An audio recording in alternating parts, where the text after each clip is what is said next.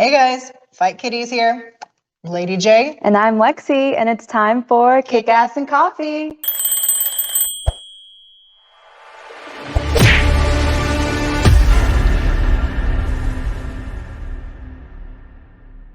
Alrighty, as always, we have some exciting news, so let's just dive right into it. The daily dose of the Wrestleverse. Yes, so let's start with some fight buzz.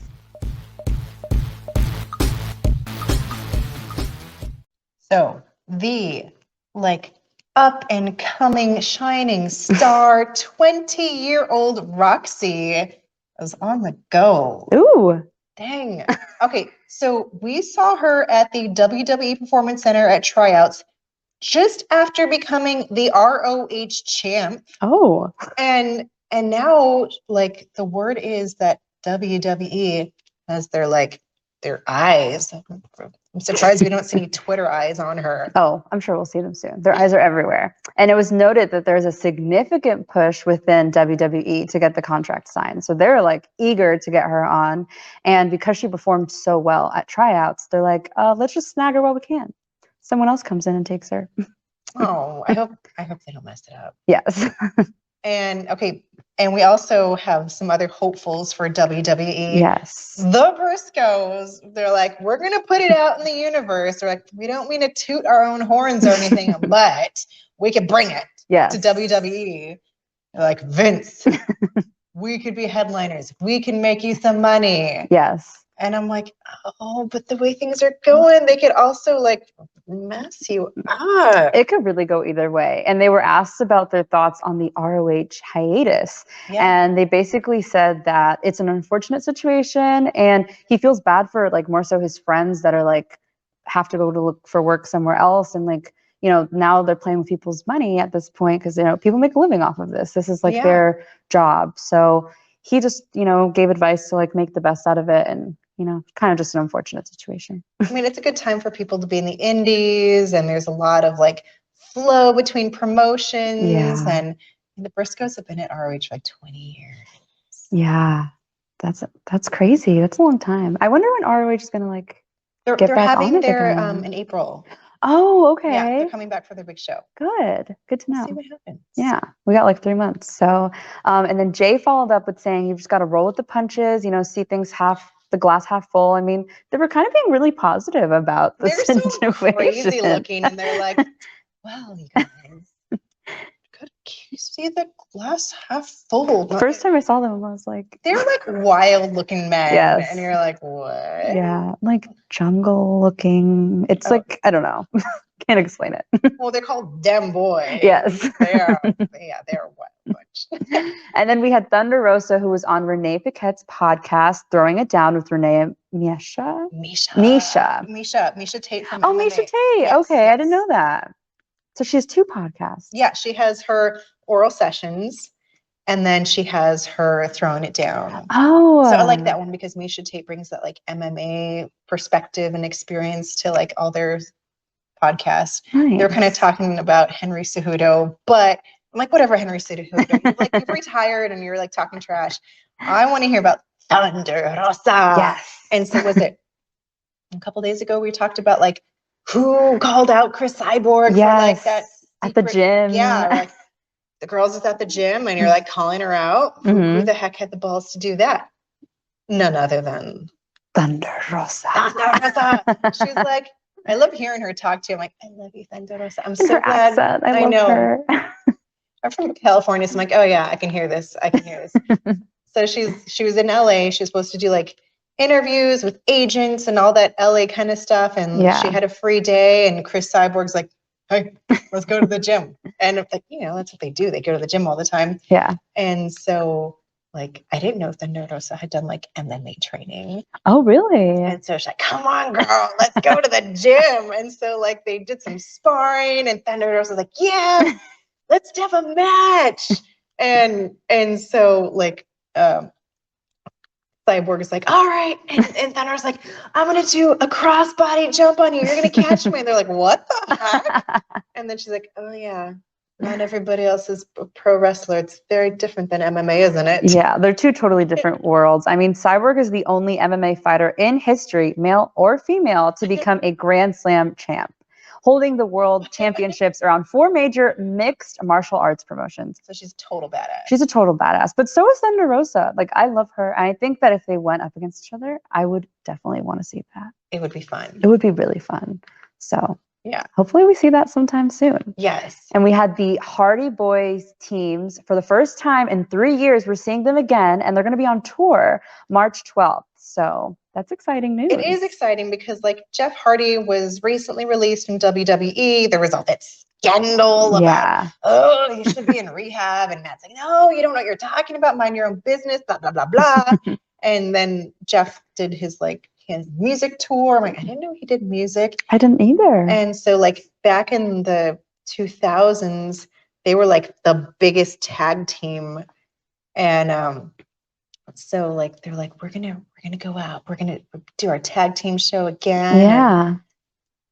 So yeah, this is exciting for the Hardy Boys. This is exciting. So if you get the chance and you want to go, get your tickets now while you can, because it's only 2 months away. And we had Jon Moxley, who's returning to AEW Dynamite tonight. Yeah. Yeah. After yesterday, we were just talking about him returning to GCW. Yeah. So it's like he's back in full action. It's like we thought that at first we were like, how is he not going to go back to AEW? Yeah. Like what? Shouldn't he be going back there first? Like you go home first before you go somewhere else. But technically, this is before GCW, so it was just announced after. Right. So he is technically going to AEW first. Now, time for the morning jab.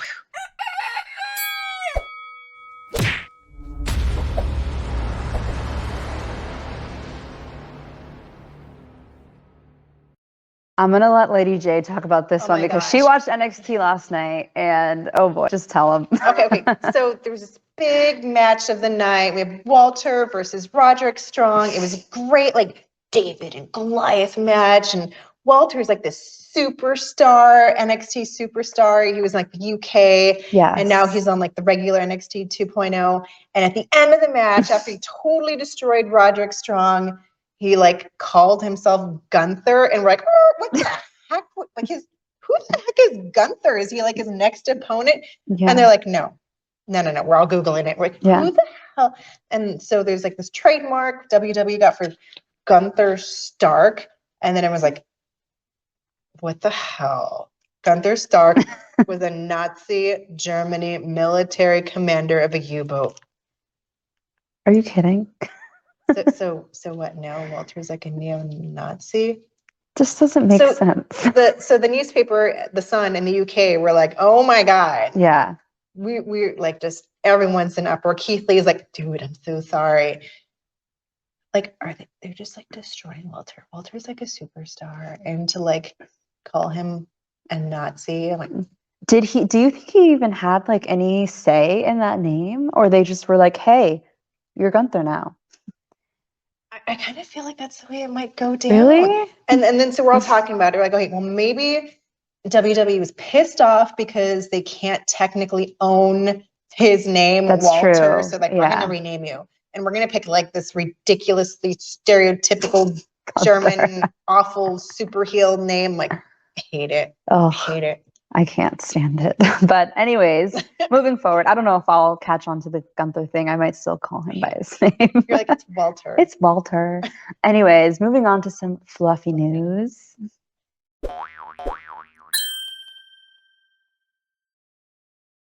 we've got Chris Jericho. And boy, oh boy, he's filed a new trademark with the United States Patent and Trademark Office. I'm telling you, this whole trademarking of names is a big deal in pro wrestling. Yeah, I didn't even realize, I didn't think it through, like, but it is a big deal. Like, they have to own that name. It's like it's a patent, basically. Yeah, you get like money, you make money off of it too. Yeah, so once they're like signed with a certain company, they can't use that name anywhere else. Yeah, right? So like when Scarlett Bordeaux and Killer Cross left, they're like, oh my God, thank God they don't know my name because I have to change my name. And Scarlett's like, I like my name. I don't. So basically with this patent, the letters GFY, that stands for Go F Yourself. And there's no word on how it'll be applied or what it, but we know what it stands for, and it's a pretty powerful statement. Well, like some of like their finishing moves are like go to sleep. Yeah. And then like I think Sammy Guevara's is like GTH, go to hell. So go F yourself works too. I guess I can't say that now. It's patent. So we have Deonna Purrazzo, who spoke with Sports Kita on YouTube, and she had some interesting things to say about the announcement of Mickie James. I bet she did. So she's an Impact. She's like, her and Mickie James keep going back and forth as the champs, and WWE had asked Deonna Purrazzo to be in the Royal Rumble, and she was like, you can go F yourself. Oh. Right? You know, because they never did anything with her when she was NXT. They didn't give her the time of day, and she's like, F you, I'm going to be the champ, the reina de reinas. And I mean, they kind of did that to Mickie James too, but but they also invited Mickie James, and they acknowledged her Impact title, like name, like they don't even acknowledge that like people had any experience anywhere else in the world. And so it was kind of a big deal that they acknowledged Mickie.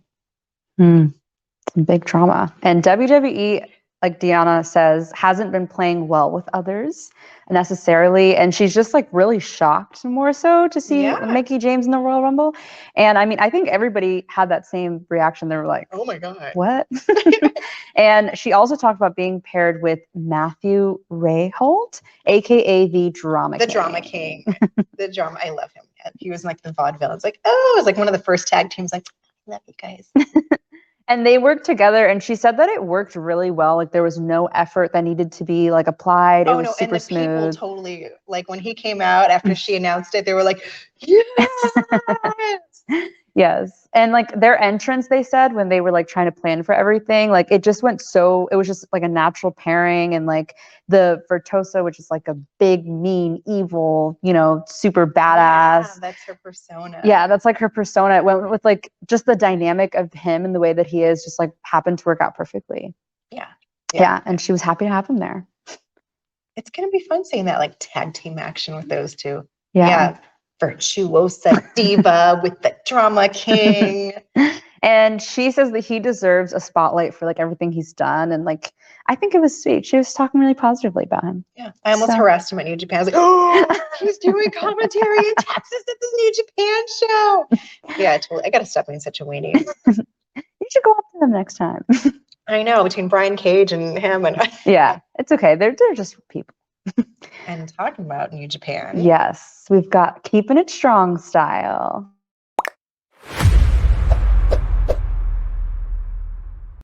So the first matches have been signed for February 17th, where the rivals will see the NJPW Strong return to Vermont and Hollywood, which is exciting. Yes, we're going to see the return of Buddy Matthews in some action at Rivals, facing Ren Narita.